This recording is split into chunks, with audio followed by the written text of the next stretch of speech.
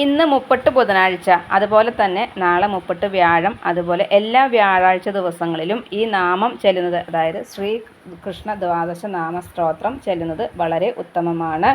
അപ്പോൾ ആ സ്തോത്രം ഇങ്ങനെയാണ് കേട്ടോ.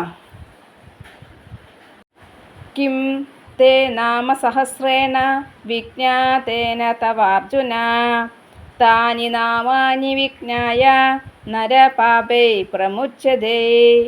പ്രഥമം തു ഹരിം വിന്ദ്യാത്, ദ്വിതീയം കേശവം തഥാ, തൃതീയം പത്മനാഭം ച, ചതുർത്ഥം വാമനം സ്മരേത്.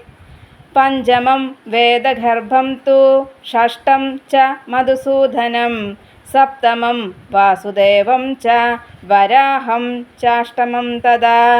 നവമം പുണ്ടരീകാക്ഷം, ദശമം തു ജനാർദ്ദനം, കൃഷ്ണമേഘാദശം വിന്ദ്യാത്, ദ്വാദശം ശ്രീധരം തഥാ.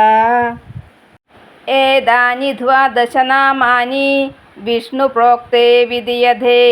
സായം പ്രാതഃ പഠേ നിത്യം, തസ്യ പുണ്യഫലം ശൃണു.